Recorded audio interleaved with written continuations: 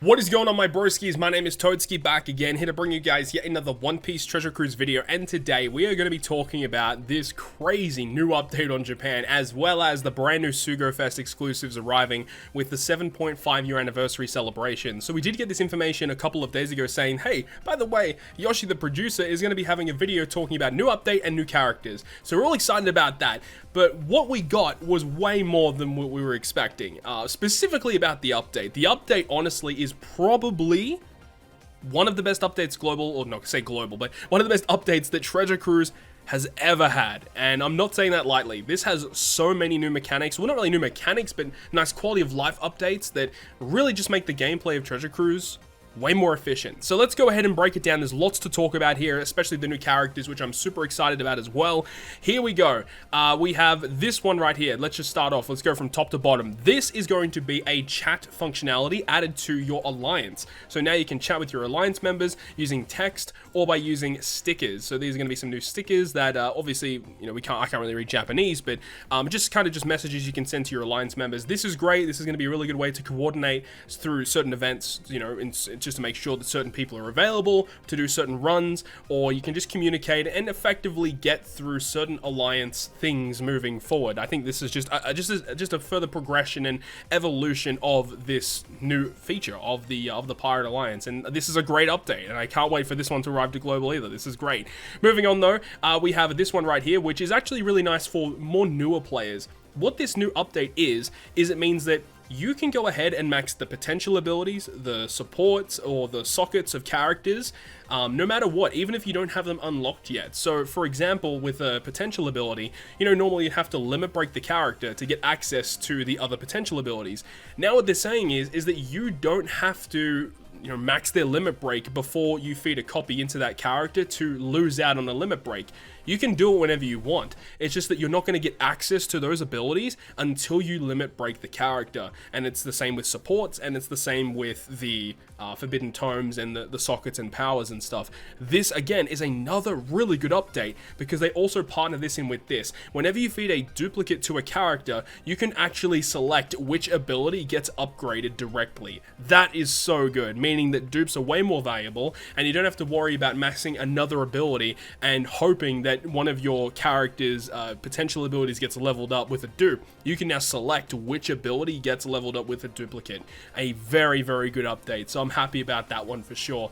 That's great. So these two in tandem together make for a really good update for newer players, and even like if you're farming a brand new arena that comes out, you don't have to max their limit break before you feed the duplicate copies into the character. You can feed them whenever you want. It's just you won't get access to those abilities until you go ahead and limit break the character up. So again, like, just amazing quality of life changes thus far. This is another one right here where you can actually go ahead and feed multiple copies of a power-up item to a character at once, and you can see in this example here, they're actually feeding 30 Elder Turtles in one feed. It does look like you can feed up to 50 of any given item, like 10 times, which is really, really good. One thing I'd like to know is how does this work for like forbidden tomes, because obviously with the animation you can only see 10 tomes at a time.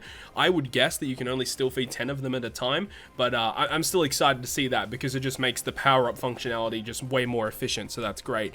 This is another one here where they talk about the skip of animations. So with this right here, you can see that, you know, all of these animations of level up and support and potential abilities, and now you can just click a button and then it all will just do it automatically for you, and it just skips all of those animations, which again makes the feeding of characters a much more speedy process and saves time in the long run, especially if you have to do it for a large array of characters that you may have just pulled on a Sugo Fest. This is a very, very welcome change. This brief little picture here talks about the fact that after you max level a character, it's automatically going to prompt you to evolve the character, and once you evolve a character, it's going to prompt you to level up the character. So you can start just flying through leveling up your characters and evolving them quickly one after another. Again, just making this whole process much more efficient. So again, these changes are so good. And this one right here, you can now get over 99,000 copies of any individual limit break item. previously you would cap out at 999, and now they've increased it to 99,999. So we're no longer going to be worried about, capping out on our limit break materials, and any further limit break materials we get from a treasure map, for example, are not going to be added to our account. Now it can stack past that, and this is going to be a great new update for those players that grind heavily on treasure map, worrying to potentially limit break, expand their characters over and over again to ensure that they're not going to get capped out.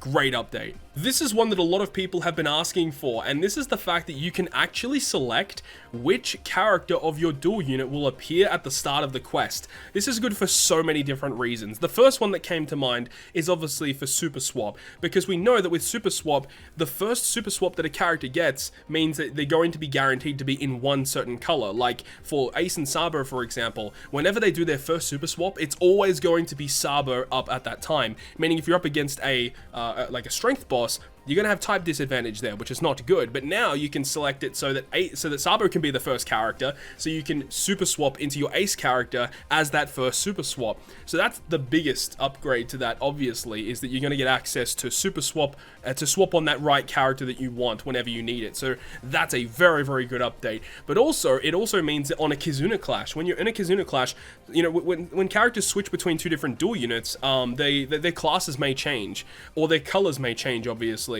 which means that certain characters don't actually receive the cooldown, whereas one side of that duel unit would actually receive the cooldown. So duel units become way better now, not only just generically, but just in a lot of these other game modes, being able to get access to that cooldown when they wouldn't get that otherwise. So again, lots of really cool things. This is one that a lot of people have been asking for. 100 tickets spent at a time for Kizuna Clash. We can go to the Kizuna exchange and spend 100 tickets at a time as a maximum now, so it just makes the progress of you getting through your tickets 10 times faster, or up to 10 times faster. You can see that it does scale down to 54 when he's only got 54 tickets remaining, and instead of showing like each individual item show up, it will just give you a list, so you can just scroll through the list and see what you pulled. But again, just making things 10 times faster for getting through Kizuna Clash tickets. It's going to be really good when Super Boss Kizunas come out, as we are able to hoard quite a lot of tickets through those events. So this is a very very welcome addition here. This brief little one is saying that for 48 hours during this event, you can actually purchase these packs that will give you a lot of gems for a very cheap value. Like this max one here is like 3,000 yen, which is like, $30 US for 180 gems. That is absurd, right? And it looks like you get a red ticket as well, but it's based on your pirate level, so you can only get each one. So this is level 50, level 80, level 100, level 120, level 150. So if you are at low pirate levels, you're not going to get access to these packs. So it's saying like for the first 48 hours, you want to try and level up as fast as possible if you're like making a reroll account, for example, and you can just buy all of these packs. I think we calculated on stream, I think it was $70 US for like 360 total gems, which is ridiculously cheap. Like you're not going to get gems like that anywhere. That's extremely cheap. So if you're the type of player that does spend on this game, these packs are going to be ridiculously valuable. And even if you're at level 150, you can purchase all of the previous packs as well. So yeah, you can purchase all of them. Definitely well worth it if you're the type of player to spend on this game. And then we talk about the brand new characters. So there's a new event obviously coming throughout the whole next month, talking about the villains versus Luffy. So this whole 7.5 year anniversary is about all the villains versus Luffy. You've got a brand new legend Katakuri and a brand new legend Doflamingo, which we will be talking about. But there's also Rare Recruit Hody and Rare Recruit Caesar. But there's also a lot of other characters here. You've got a Don Chinjiao, you've got a Kuro, Moria, who we know is the free-to-play treasure map unit. You've also got Enel, Cracker, Buggy, Don Creed, Crocodile. Lots of characters here, and there might be even more that come throughout this month that we don't know yet. But this is a really cool celebration, and these characters bring along a brand new mechanic. And this new mechanic is super classes. This is something that a lot of people have been asking about, and we finally have it. So we've already had super typing, which, as you guys know, when you activate super typing, your characters of that same color will gain an affinity boost, a 1.25 affinity boost, meaning that they do more damage against characters they are type advantageous against. This is a little bit different though.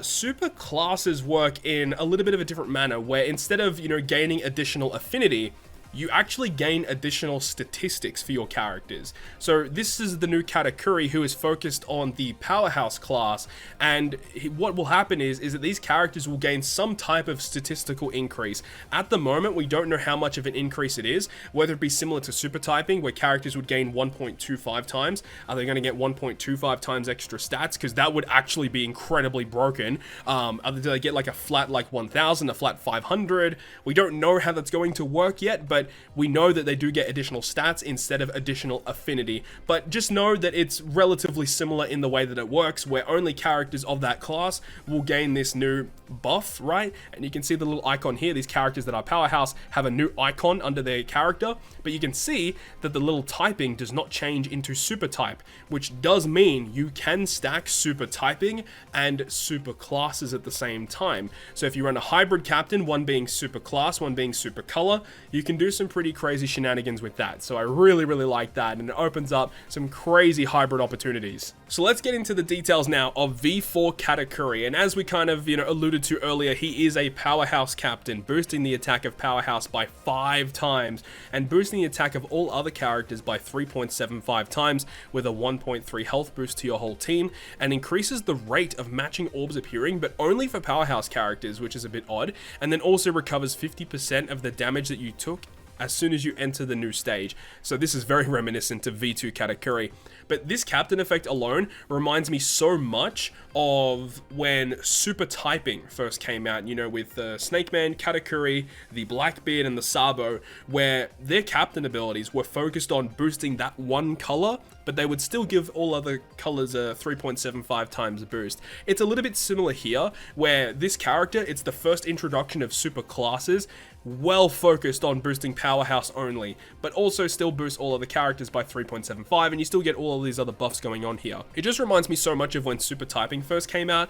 And as we've already, talked about, is like, do you really need this character, right? Like, when you really think about it, yeah, he boosts powerhouse by 5 times, but do you know how many other powerhouse captains that we have? I mean, we literally have Gecko Moria versus Akainu, Rob Lucci, CP0 Rob Lucci came out not that long ago, all very good powerhouse captains. Do you really need V4 Katakuri? Well, let's go ahead and talk about his special ability. His special will go ahead and cut the HP of all enemies by 10%, and it adds 1000 base attack boost to powerhouse characters, and then boost the orbs of your powerhouse characters by a variable factor depending on the amount of damage that you have taken. So this brings a lot of vibes of V2 Katakuri. You can see if you've taken 25,000 damage or less, it's a 2.25 orb boost. So no matter what, it's a 2.25 orb boost, but if you've taken between 25k and 49,000, well, it's like 49,999, it's a 2.5 times orb boost, and 50,000 or more damage taken, it's a 2.75 times orb boosting effect. Now, 50,000 damage is not that difficult to take. I can understand, it's annoying that you have to tank some damage to get those bigger buffs, but it's actually not that difficult when you really think about it. It's really not, especially because of how tough even mob stages are these days. But it also goes on to say that if there is already an orb boost active, it will boost the attack of your powerhouse characters by 2.5 times for 1 turn. So you can see that if you have some other type of orb boosting effect, this guy can be your dedicated attack booster instead. So this guy's great. He's a bit flexible. You can run him as an attack booster, you can run him as an orb booster, and no matter what, you do get 1000 base attack boost to your powerhouse characters. So that's great. I like that about this unit, that he can be a bit flexible. He gives your team a big boost. One thing that can be a problem though is if you have to deal with the removed accumulated values, that red Haki effect that can remove your stored values. That obviously puts him back down to a 2.25 orb boost, which isn't as good, but if you run another big orb booster, you can just run this. You can have like versus Akainu on your team, use his special ability, and then go ahead and have this special to give you the attack boost instead. Like, you can find ways around it, of course. You can find ways around it. That is Katakuri's special, but he has his super type. Well, we say super type, but it's actually super class. We gotta train ourselves to change that. But his condition's actually very good, because it says that if any special has been activated 4 times in the adventure, that's it, right? But there's also like an additional condition. It says, or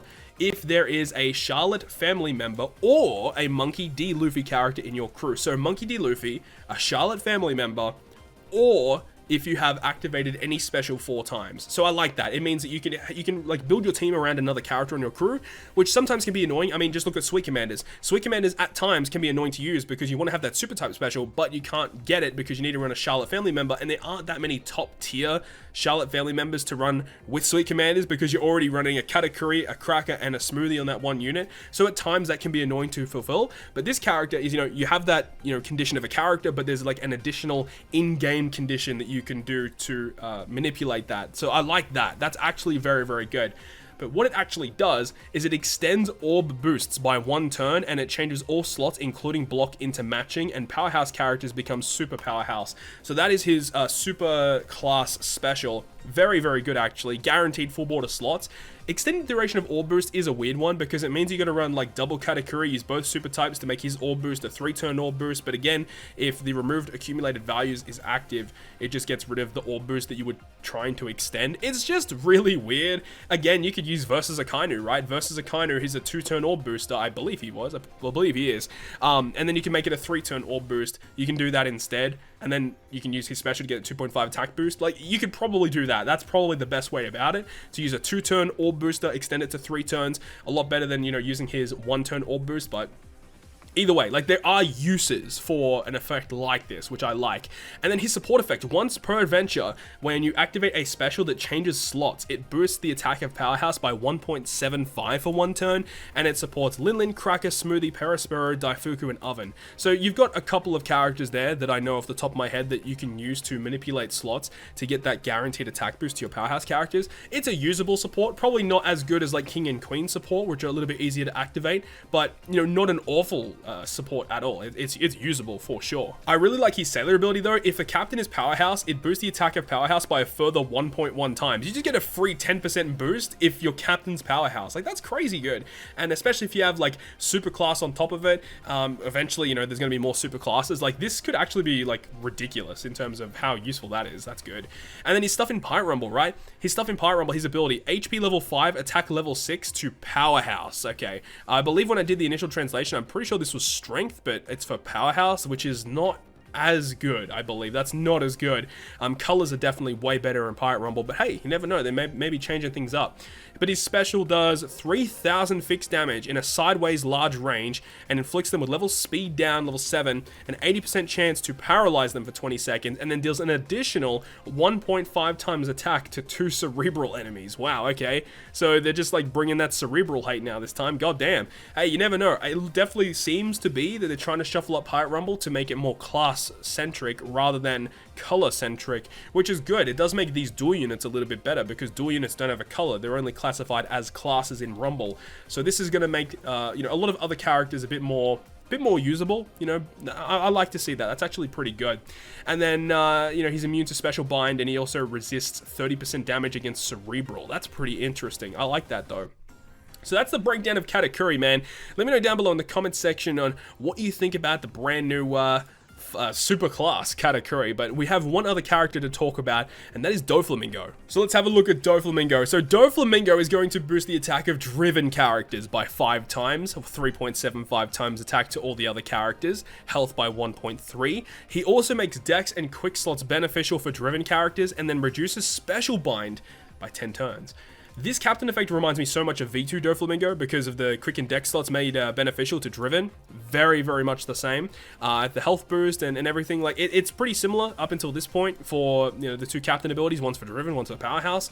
Both of which have some type of increased chance of slots. He makes dex and quick. Katakuri just increases the chances of slots appearing for your powerhouse characters. But then they have like that additional effect where Katakuri heals, and this guy just gives special bind removal, which is very cool actually. But you got to remember that with a captain ability like this, hybriding 2 Doflamingos together isn't always that good because like you're not getting any additional effects by running 2 Doflamingos. It's just, dex and quick are still matching. Whereas with double Katakuri, just increasing the chances of matching slots appearing even more than what it already is actually really good. Whereas with this, isn't as good as running as double Katakuri. Double Katakuri is definitely better than running double Dofi. At least that's what we see just with the captain abilities thus far. But the 10-turn special bind removal, very, very, very nice to see that. Now, Dofi's special ability does like so much. It does 300 times his attack to all enemies, just that much AoE damage. He then changes all slots including block into matching with his special ability nonetheless. And then it says if there is an attack boost and an orb boost active when you launch his special, it gives you 1000 base attack to your driven units and also gives you a 1.4 chain boost. Like, that's ridiculous. Otherwise, it will still give an attack and orb boost to your driven characters, 2.25 for 1 turn, and it recovers 30% of your crew's maximum HP. So what we've seen is that Katakuri can potentially give you a 2.75 orb boost and a 2.5 times attack boost. Whereas this guy will give you a 2.25 times attack and orb boost guaranteed. So Katakuri's boosts with his attack and orbs are way better than Doflamingo's. However, if you do launch up to 2 Doflamingo specials in the same turn, you can get these 2 boosts. You can get the 1000 base attack, which Katakuri does provide with his special ability. And you can get a chain boost, a 1.4 chain boost, man. Like, that's redonky donk. Just imagine if Versus Akainu was a chain boundary unit instead of a chain locker. Whew, that'd be nuts. But still, 1.4 chain, equal highest in the game with V2 Kizaru. You absolutely love to see it. Incredible special. Though I feel like a 2.25 times attack and orb boost, I'm not really that hyped about that. If they bring out a character in this batch that amplifies attack and orbs by like 0.3 or something, then Dofi's hands down better. At the moment, I'm a little bit more balanced. I think both of them are relatively equal. I do like the things that Dofi does, but I'm a big Katakuri fanboy. You guys already know I'm pretty biased for Katakuri.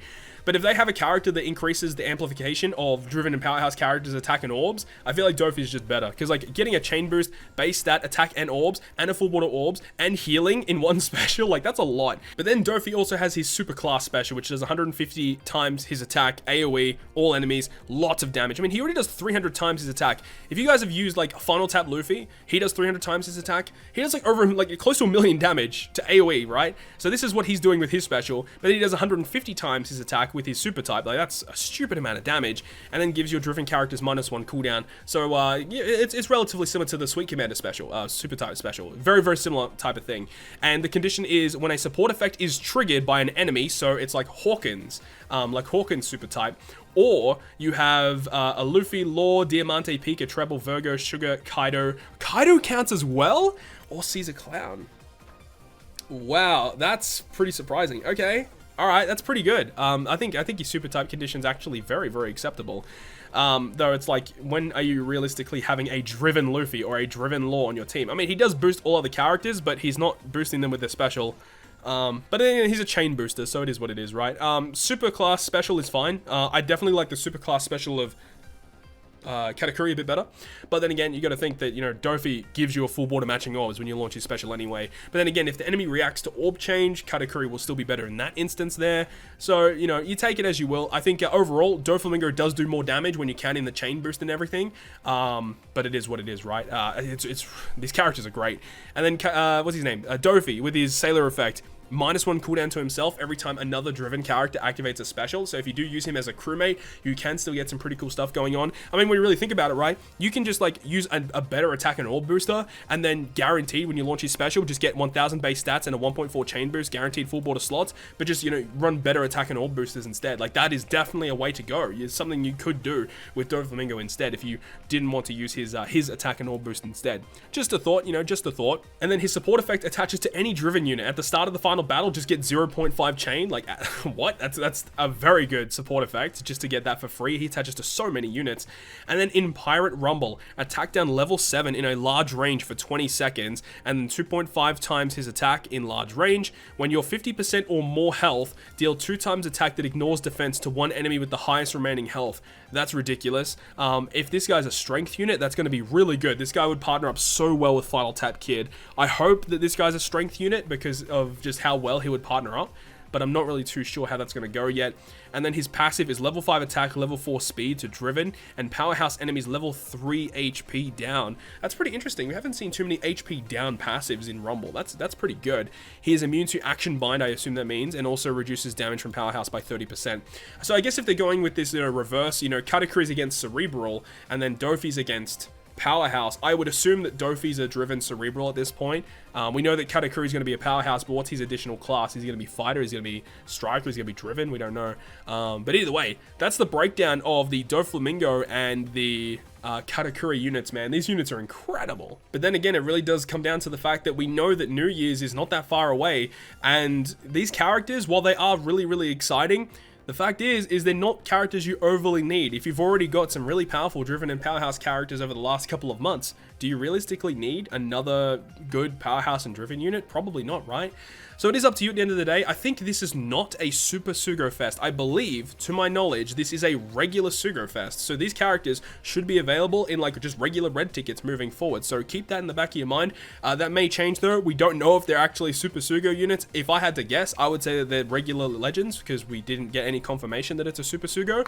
But that is going to conclude this video today. Thank you so much for watching. Let me know your thoughts and opinions about this amazing update and Doflamingo and Katakuri down below in the comment section. I really hope you guys have enjoyed this one, and if you guys did enjoy it, make sure you go ahead and leave a like. And if you want to stay up to date with all of the content that I post, including more One Piece Treasure Cruise content, make sure to hit the subscribe button down below. But other than that, guys, I will see you guys within the next video.